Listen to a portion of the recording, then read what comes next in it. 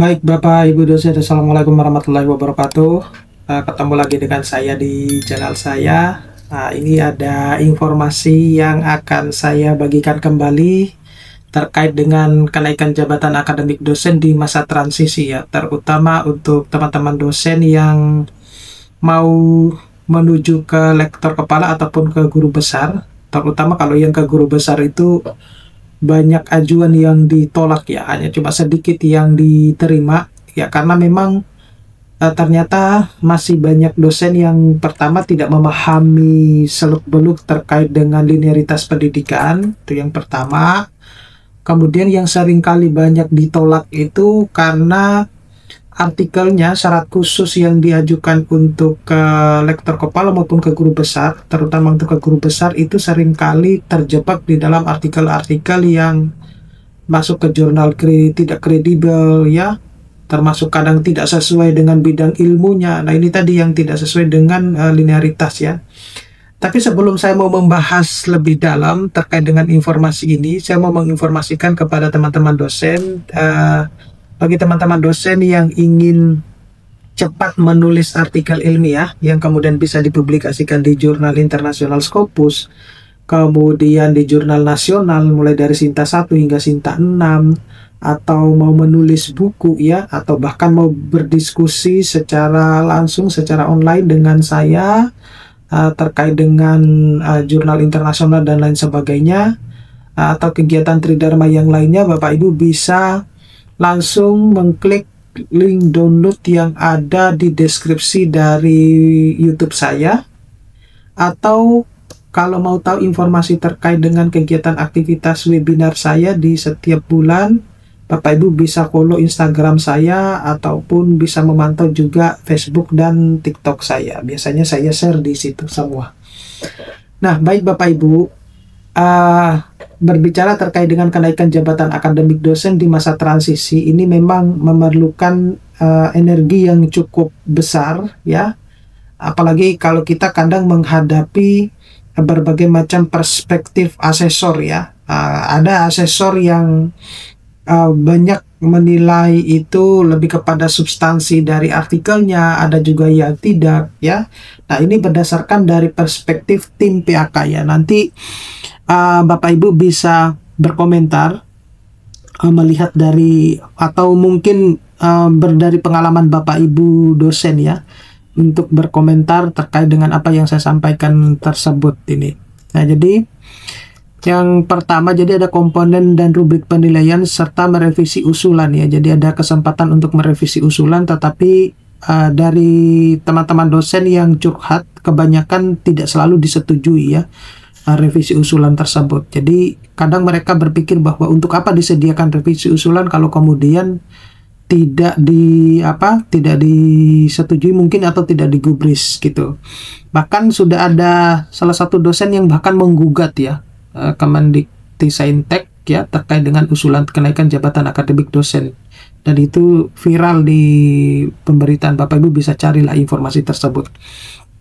Nah, pertama, mengapa sih penting pengajuan di masa transisi ini? Jadi yang pertama, aturan kenaikan jabatan yang banyak dipermudah, informasinya sih kayak gitu ya.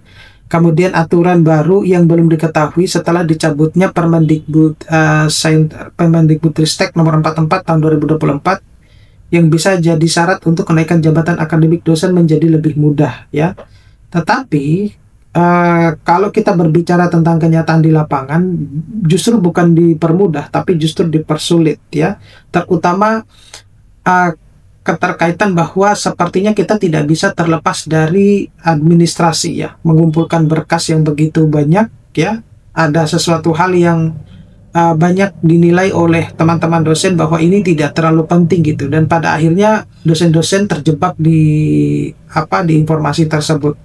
Contohnya seperti kita harus menyiapkan corresponding selama artikel itu publish gitu ya, padahal itu tidak penting. Kenapa saya bilang tidak penting? Yang namanya artikel sudah publish itu sudah memenuhi kaidah syarat sesuai dengan jurnal tersebut. Dan perlu diketahui bahwa masing-masing jurnal itu memiliki kaidah penerimaan karakteristik yang berbeda-beda. Nah, contohnya misalnya seperti apa? Contohnya misalnya kita harus mengumpulkan mulai dari email submission, kemudian kita harus menjawab respon dari komentar reviewer. Komentar reviewer saja itu tergantung dari jurnalnya, ya. Artinya mereka mau memberikan kita 2, 3, atau bahkan 4 yang akan mereview artikel kita. Nah, saya punya pengalaman bahwa ada yang saya diberi hanya cuma 2 reviewer, ada yang 3, bahkan ada yang 4. Dan prosesnya perjalanannya macam-macam. Ada yang round 1 cukup sudah diterima, ada yang sampai ke round 2 gitu ya. Bahkan sampai saya ada yang round 4 gitu. Jadi semua masing-masing jurnal itu memiliki karakteristik tersendiri-sendiri dan memiliki kaidah penerimaan yang berbeda-beda gitu. Nah, oleh karena itu sebenarnya tidak begitu penting kalau segala corresponding itu harus dikumpulkan itu ya. Apalagi kalau kita misalnya tergolong katakanlah dosen yang cukup produktif ya. Cukup produktif, di mana kita banyak melakukan kolaborasi penulisan artikel dengan dosen-dosen katakanlah di luar negeri dan lain sebagainya ya. Apalagi kita bertindak sebagai penulis pertama sekaligus sebagai corresponding authors gitu. Maka kita harus mengumpulkan semua itu, dan itu butuh waktu yang banyak ya, butuh waktu yang banyak, berjam-jam. Nah, ketimbang kita harus mengumpulkan hal semua itu ya, mungkin ada hal-hal yang lain yang harus dilakukan gitu. Nah, tapi itu adalah kebijakan yang sudah dibuat ya, terkesan seperti misalnya biar terkesan bekerja aja sih sebenarnya, sehingga memunculkan kebijakan-kebijakan yang ini. Jadi sebenarnya tidak ada salahnya kalau kita mengambil aturan-aturan yang sudah lama tetapi kita sempurnakan gitu ya. Nah, kemudian saya tidak membaca yang pasal 34, nanti Bapak Ibu bisa baca sendiri di sini ya. Bapak Ibu bisa post kemudian dibaca. Nah, ini tim penilaian kenaikan pangkat dari lektor kepala dan guru besar di masa transisi. Yang pertama itu pemilihan tim penilai itu dilakukan secara random oleh komputer ya.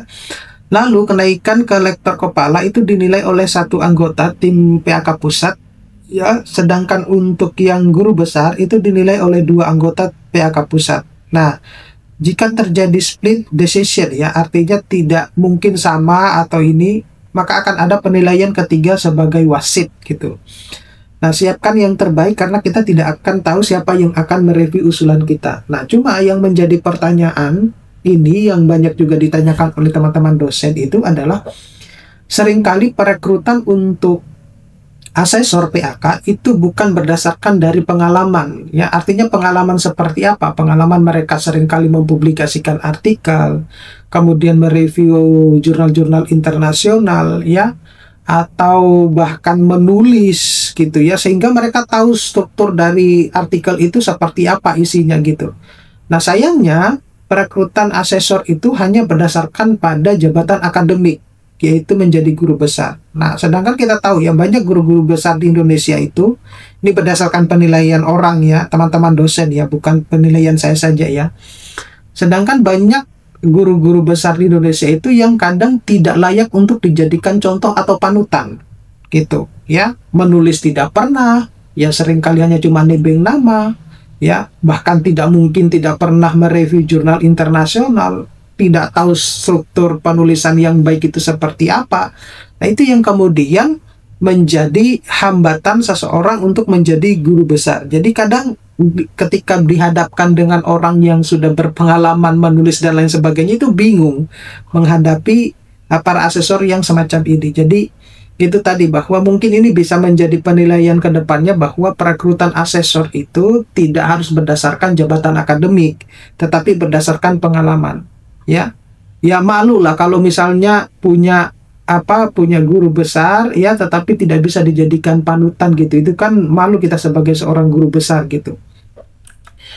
Nah, ini karya ilmiah syarat khusus untuk kenaikan pangkat itu, yang pertama ya harus membuat paper yang syarat khususnya harus berhati-hati. Ya, sebenarnya bukan harus berhati-hati ya, lebih kepada artikel itu kan yang kita buat itu kan harus memiliki dampak ya. punya value untuk kemudian bisa dipublikasikan di jurnal-jurnal gitu.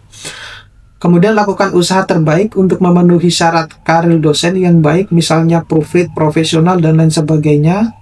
Nah, kemudian Sinta ataupun kuartil jurnal yang lebih tinggi bukan berarti lebih baik, ya.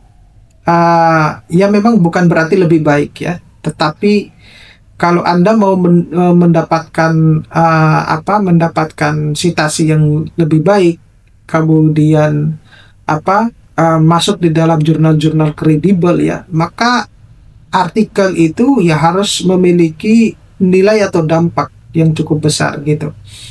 Nah, jika salah satu syarat tidak terpenuhi, nah ada baiknya membuat paper cadangan.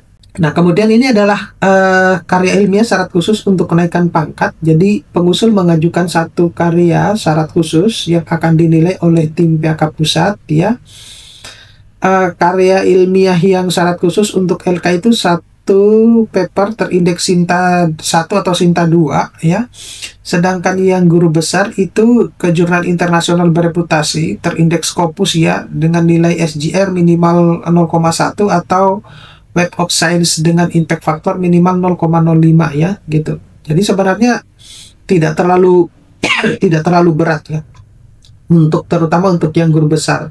Tidak terlalu berat bagi teman-teman dosen yang sudah terbiasa menulis gitu. Tetapi kalau teman-teman dosen yang belum terbiasa menulis, maka tentu ini akan menjadi beban tersendiri gitu. Oleh karena itu, yang perlu teman-teman ketahui, ya, teman-teman dosen, bahwa pengajuan ke guru besar ke depannya itu juga akan dilihat dari track record Bapak Ibu di Google Scholar-nya masing-masing gitu. Jadi kalau di Google Scholar-nya itu adalah kebanyakan nebeng, ya, artinya bukan sebagai penulis utama, maka itu menjadi salah satu indikator apakah yang bersangkutan itu layak untuk menjadi guru besar atau tidak. Nah, itu. Dan yang perlu juga diketahui itu adalah paper yang diajukan sebagai syarat khusus, ya. Jadi bukan merupakan paper yang bertipe literatur review atau short communication dan lain sebagainya. Ini juga saya bingung kenapa kemudian yang literatur review itu tidak dijadikan sebagai syarat khusus, ya. Nah, kenapa demikian? Karena satu, literatur review itu salah satu jurnal yang bisa dilakukan oleh semua orang, ya, ketika seseorang itu tidak melakukan riset, ya. Artinya seperti apa? Ya, mungkin kita ketahui, ya, bahwa riset di Indonesia itu sistem administrasinya cukup banyak gitu, sehingga membuat orang menjadi malas riset. Kemudian yang kedua, bisa jadi bahwa ketika dia melakukan riset sesuai dengan idenya, peralatannya tidak memenuhi standar gitu, ya, sehingga hasilnya tidak akan maksimal gitu. Dan kemudian di dalam jurnal, penulisan jurnal itu, baik review maupun riset paper, itu sama-sama membutuhkan yang namanya literatur review gitu. Makanya saya bingung kenapa kemudian yang literatur review itu tidak bisa dijadikan sebagai syarat khusus. Di dalam sosialisasi bahkan tidak pernah dijelaskan alasannya kenapa kemudian literatur review itu tidak dijadikan sebagai syarat khusus, ya. Bagi teman-teman dosen yang merasa bahwa kesulitan untuk melakukan eksperimen dan lain sebagainya, maka jalan keluarnya sebenarnya adalah literatur review. Dan tidak mudah sebenarnya menulis literatur review itu, ya. Syaratnya itu adalah minimal Anda harus membaca 150 referensi gitu. Itu syaratnya, syarat minimumnya itu. Nah, jadi apakah literatur review sama riset paper itu sama-sama sulit? Ya, sama-sama sulit sebenarnya gitu, ya. Kemudian tidak diterbitkan di spesial isu, ya. Bukan bagian dari tesis atau disertasi. Nah, ini saya juga bingung kenapa kok yang bukan bagian tesis dan disertasi itu tidak bisa dijadikan sebagai syarat khusus. Nah, kenapa demikian? Ya, bisa jadi bahwa begini, ya, riset yang kita lakukan di tempat lain, ya, misalnya di BRIN yang alatnya lebih lengkap, ya, atau bahkan di kampus-kampus luar negeri, ya, semasa kita sekolah dan lain sebagainya, itu ketika misalnya kita mau melakukan penelitian di Indonesia, ya belum tentu kampusnya bisa memenuhi kriteria lab yang seperti yang ketika kita sekolah di luar negeri gitu, atau bahkan di BRID gitu, katakanlah di BRID lah yang di Indonesia gitu, karena masing-masing kampus itu memiliki kapasitas kemampuan untuk laboratorium yang berbeda-beda gitu ya. Jadi kita tidak bisa menyamaratakan, oh karena mungkin di jurusan yang lain tidak ada ininya, tidak ada laboratoriumnya gitu ya. Nah, tetapi kita tidak bisa berpandangan semacam itu. Di sosialisasi pun itu juga bahkan tidak disebutkan alasan kenapa untuk artikel-artikel yang luaran dari tesis maupun disertasi itu tidak diperbolehkan gitu loh. Jadi kalau mau memberikan kebijakan itu pada saat sosialisasi itu, maka persiapannya harus lebih matang gitu loh. Jadi kalau kemudian audiens bertanya, itu bisa menjawab gitu. Kemudian tidak dipublikasikan di jurnal Predator, saya kira ini cukup jelas ya. Untuk guru besar, jurnal tidak boleh cancel atau discontinue ya. Dan ini sebenarnya kalau kita rujuk ya, untuk terutama bagi guru besar dalam 10 tahun terakhir, Bapak Ibu dosen ya, termasuk yang para reviewer, coba dicek. Itu banyak loh guru besar yang waktu pengajuannya itu kondisi papernya sudah discontinue waktu itu. Kemudian paper dipublikasikan di jurnal yang ruang lingkupnya sesuai dengan topik karir dosen ya, karya ilmiah, terdapat peer review dan koresponden yang jelas, serta memenuhi kaidah penulisan yang baik ya. Jadi jika pengusul memiliki lebih dari satu paper, pilih paper yang terbaik sesuai dengan kriteria dan persyaratan substansi ya. Nah ini yang kemarin digugat itu ya, karena kalau kita merujuk kepada peraturan perundang-undangan nomor 92 tahun 2014 ya, ada di pasal 3 atau pasal 11 ya, pasal 11 kalau nggak salah itu, yang kedudukannya lebih tinggi dari Kemendikbudristek yang nomor 900 berapa sama yang 62 itu, dimana pada aturan yang nomor 92 itu memfasilitasi untuk loncat jabatan gitu ya, termasuk yang PUPAK 2014 dan 2019.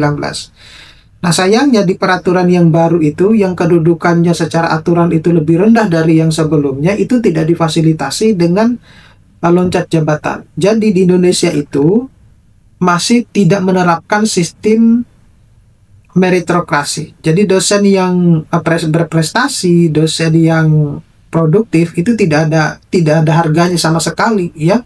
Contoh kecil ya, kalau di peneliti-peneliti di luar negeri ya, dosen-dosen di luar negeri yang kayak seperti 2% itu ya, yang masuk peneliti 2% kemarin yang baru diumumkan itu mereka mendapatkan bonus dari kampusnya dan juga bonus dari pemerintah ya.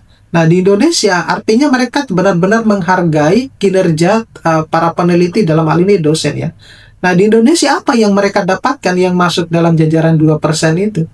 Ya syukur-syukur kalau diberikan penghargaan oleh kampusnya ya, tapi pemerintah saya yakin enggak gitu. Nah ini yang harus, bahwa kita itu benar-benar belum bisa dihargai kinerjanya. Jadi antara dosen yang berprestasi sama dosen yang tidak berprestasi ya perlakuannya sama gitu, sehingga tidak paham sistem meritokrasi itu seperti apa. Nah ini karir syarat khusus untuk kenaikan pangkat kesesuaian ya pada ruang lingkup jurnal. Kalau kita lihat kita tidak bisa menelusuri jurnal itu hanya cuma bagian dari informasinya saja ya, about the journal. Enggak, kita harus mencari bahwa di jurnal-jurnal tersebut itu dia mempublikasikan karya seperti apa saja. Nah itu, jadi di search in this journal itu juga harus kita tahu. Nah, saya khawatir bahwa ada teman-teman dosen yang publish di jurnal katakanlah ini, tetapi tidak disebutkan scope-nya di dalam jurnal, tetapi ketika kita cari di search this journal, dia justru muncul topik yang sesuai dengan riset Bapak Ibu dosen. Gitu. Makanya para asesor itu harus dibekali dengan ilmu journaling yang bagus ya, untuk mencari sumber informasi, untuk mengetahui yang seperti ini ya, seperti misalnya bagaimana kemudian kita bisa mengetahui jurnal ini itu lebih banyak posisinya masih butuh paper gitu ya. Nah, kemudian yang lainnya ya untuk kenaikan pangkat dan corresponding, jika corresponding dan hasil peer review-nya ini menjadi kunci.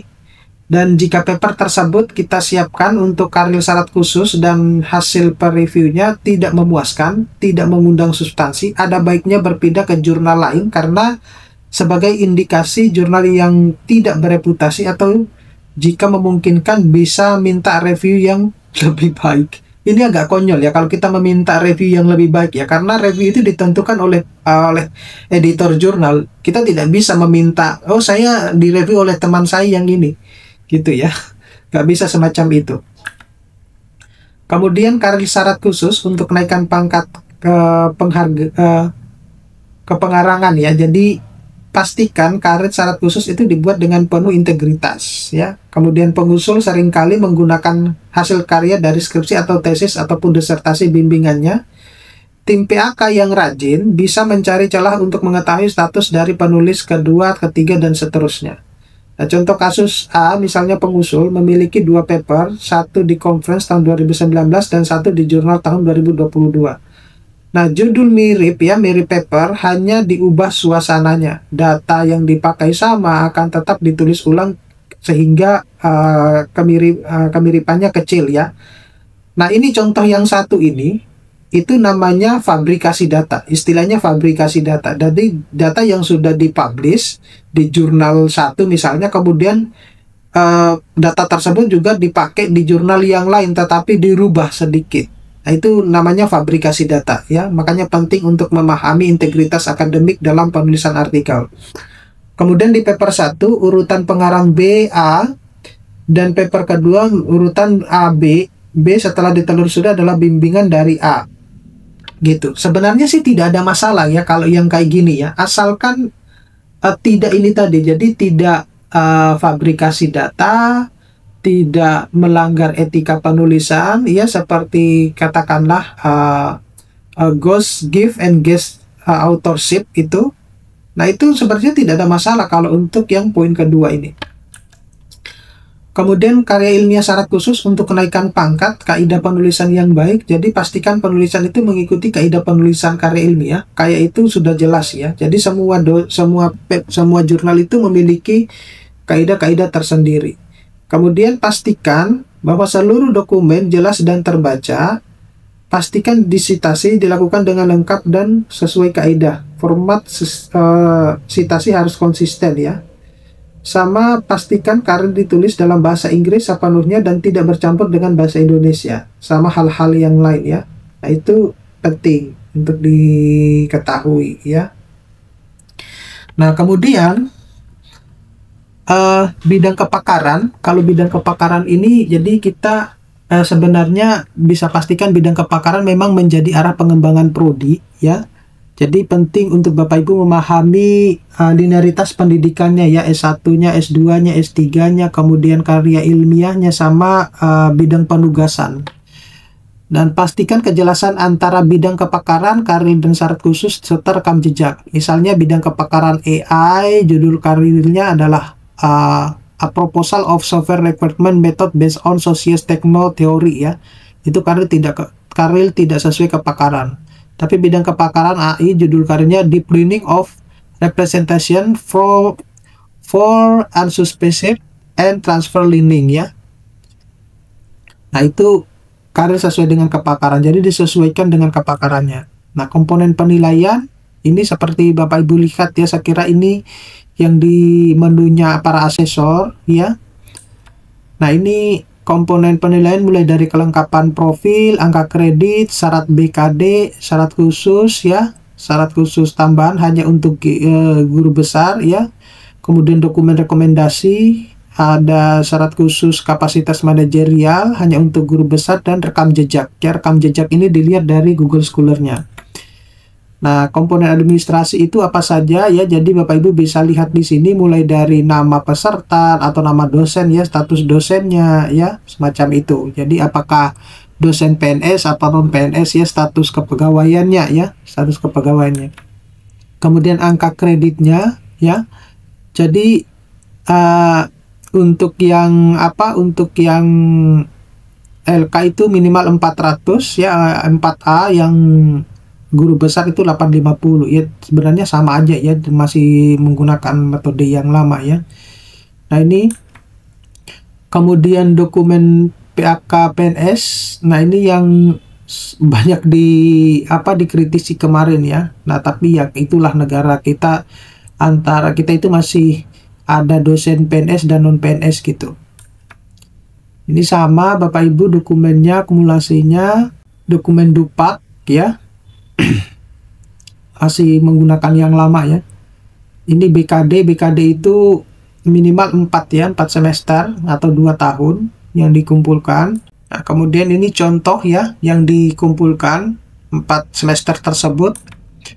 Kemudian syarat khusus ya, ini Bapak Ibu harus memahami rubrik penilaian baik itu LK maupun ke guru besar ya. Jadi yang pertama ini ya, ini juga tidak sebenarnya dibahas di dalam sosialisasi yang kemudian banyak dikritisi oleh teman-teman dosen ya. Jadi kalau ke LK pastikan hasil uji kemiripan sesuai. Bila hasil uji kemiripan melebihi 25% ya, 25% terhadap satu dokumen, primary source-nya tidak termasuk daftar pustaka ya, kemiripan kalimat yang kurang dari 3%. Jadi ini juga yang dikeluhkan ya, sama halnya dengan yang guru besar ya.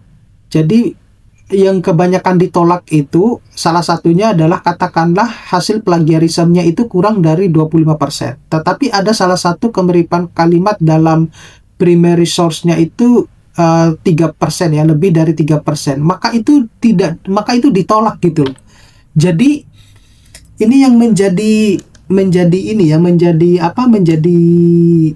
pertanyaan dan dikritisi oleh teman-teman dosen karena itu tidak disampaikan di dalam sosialisasi. Yang kedua, kita itu sebenarnya mau fokus ke